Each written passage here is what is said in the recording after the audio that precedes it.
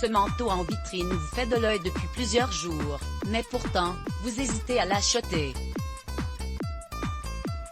Sa couleur, sa matière, sa coupe, sa longueur. Est-ce qu'il est vraiment fait pour votre morphologie?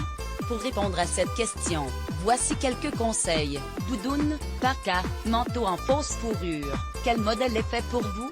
Choisir son manteau selon sa morphologie n'est pas une mince affaire.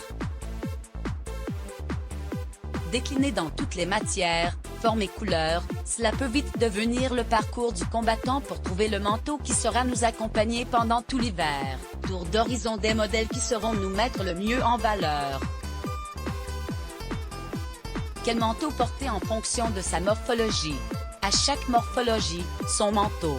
Choisir ses vestes selon sa morphologie est essentiel pour sublimer sa silhouette. Cela permet de mettre en valeur ses atouts naturels et de camoufler certains détails.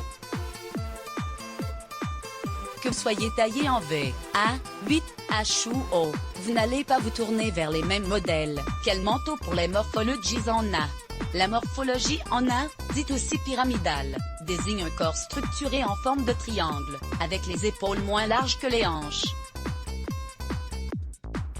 Pour les manteaux, privilégiez les modèles longs, à la coupe droite pour allonger la silhouette, avec des épaulettes pour gagner en carrure et un grand col. Quel manteau pour les morphologies en V? À l'inverse de la morphologie en A, la morphologie en V se caractérise par un volume plus important sur le haut du corps, des épaules marquées et des hanches fines.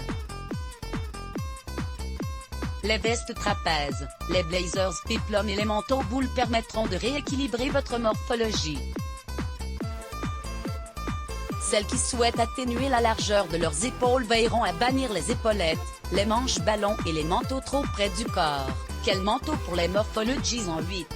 Perçue comme la silhouette féminine idéale, la morphologie en 8 repose sur un équilibre entre les différentes parties du corps. Dans ce cas, les manteaux et vestes cintrés seront parfaits pour mettre en valeur vos formes. La doudoune, la veste kimono ou encore le manteau trapèze sont des indispensables à avoir absolument dans votre garde-robe. Quel manteau pour les morphologies en H? Si votre silhouette est en H, c'est-à-dire avec une largeur des épaules et des hanches semblables, les manteaux peignoirs seront parfaits pour votre morphologie. Souligneront votre taille avec élégance. Quel manteau pour les morphologies en O? Une silhouette dite en O désigne une morphologie aux courbes pulpeuses, avec des hanches larges et une taille peu marquée. Ici, on se tourne vers le manteau ceinture et longueur 3/4 et la veste cintrée qui féminise la silhouette en soulignant la taille. Choisir un manteau court ou un manteau long?